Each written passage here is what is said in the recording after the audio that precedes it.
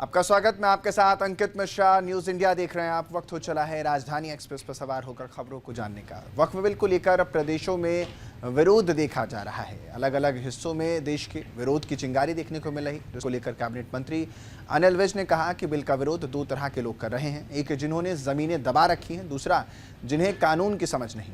ओवैसी के वक्फ बिल पर सवाल उठाते हुए बीजेपी के पेट में दर्द की बात कही गई है। इसके सवाल पर अनिल विज ने जवाब दिया कि उन्होंने कहा है कि ओवैसी भाईजान अपना मानसिक संतुलन खो चुके हैं। वक्फ बिल असूलों के हिसाब से बदला गया है।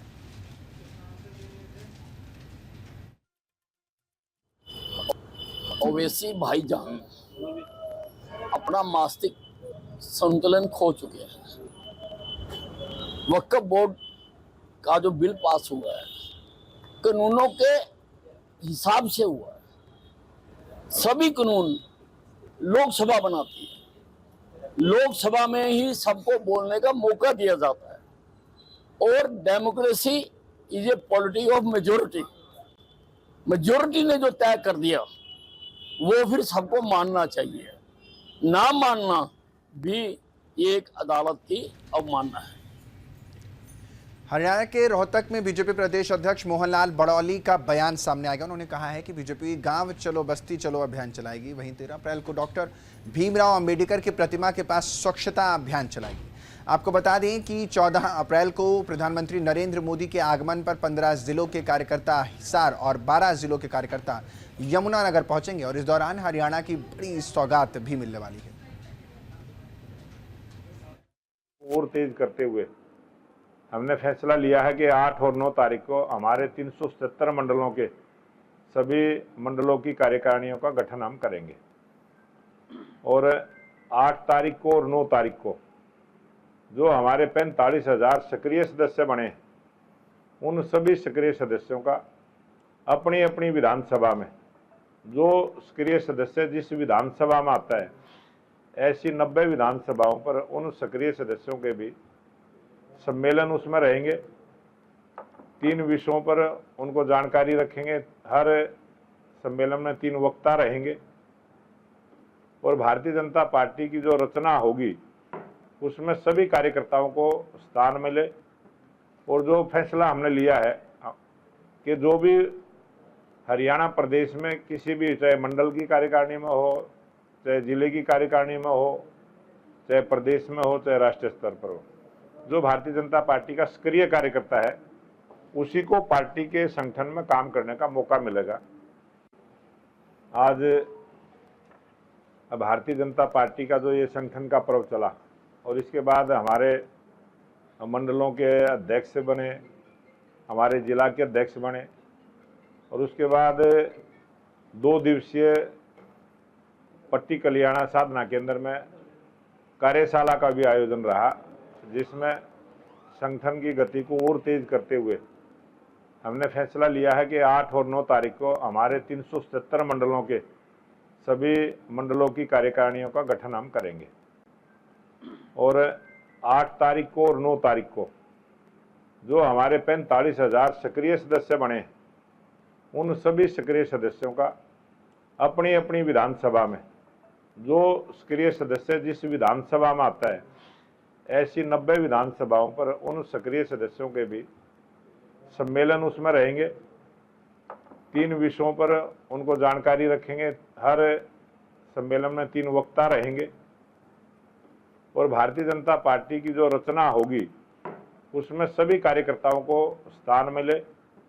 और जो फैसला हमने लिया है कि जो भी हरियाणा प्रदेश में किसी भी, चाहे मंडल की कार्यकारिणी में हो, चाहे जिले की कार्यकारिणी में हो, चाहे प्रदेश में हो, चाहे राष्ट्रीय स्तर पर हो, जो भारतीय जनता पार्टी का सक्रिय कार्यकर्ता है उसी को पार्टी के संगठन में। गुरुग्राम के डीएलएफ इलाके में अवैध निर्माण और कमर्शियल एक्टिविटीज वाले घरों को सील करने पर सुप्रीम कोर्ट ने रोक लगा दी है। 4 मार्च को सीलिंग कार्रवाई को रोकने की याचिका पर सुनवाई हुई, जिसमें कोर्ट ने 4 सप्ताह तक टाउन एंड कंट्री प्लानिंग विभाग को कार्रवाई के ना करने के लिए कहा है। टाउन एंड कंट्री प्लानिंग विभाग की टीम को डीएलएफ में कार्रवाई के लिए पहुंचना था, लेकिन इससे पहले लोग सड़क पर उतर आते हैं। उन्होंने ये रोड जाम कर सरकार के खिलाफ जमकर नारेबाजी की।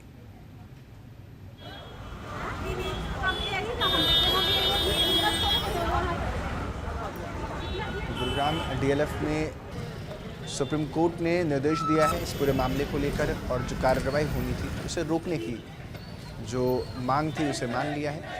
फिलहाल डीएलएफ में लग्जरी घर से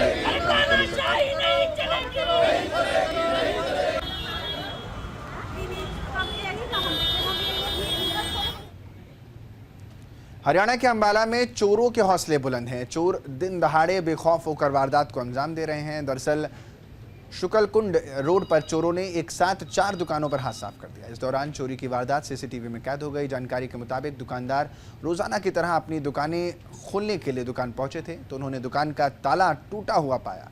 वहीं पुलिस को मामले की सूचना दी गई। फिलहाल पुलिस मामले की छानबीन में जुटी है।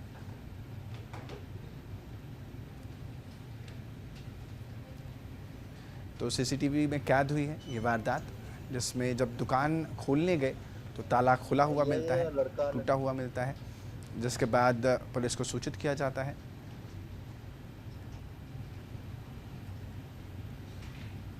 और अब इस पूरे मामले की छानबीन में पुलिस जुटी हुई है।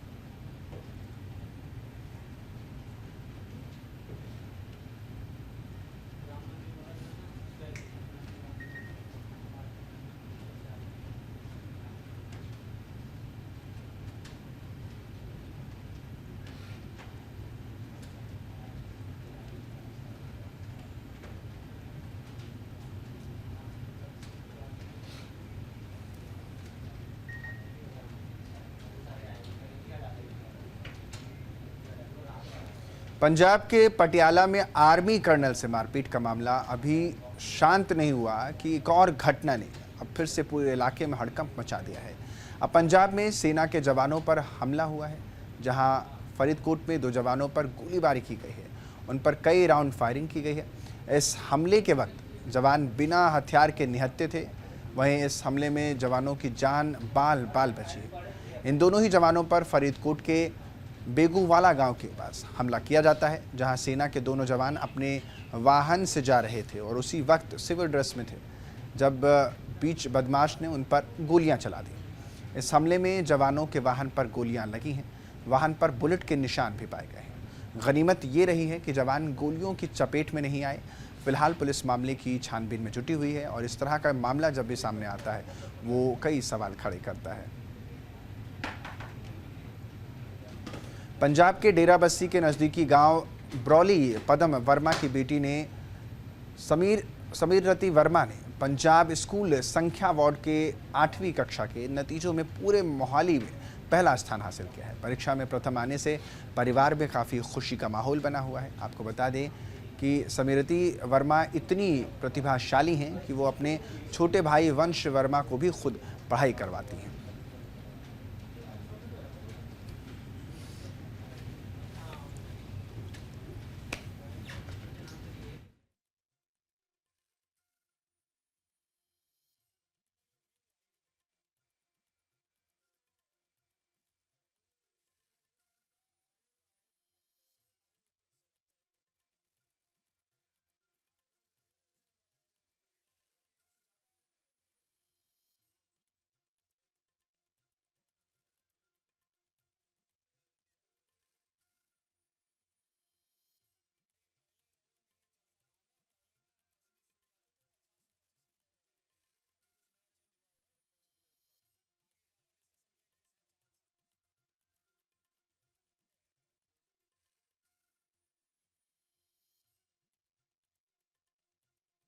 में खासा खुशी है। बच्ची ने जो कमाल कर दिखाया है, ना खुद बल्कि अपने छोटे भाई को भी पढ़ाती है।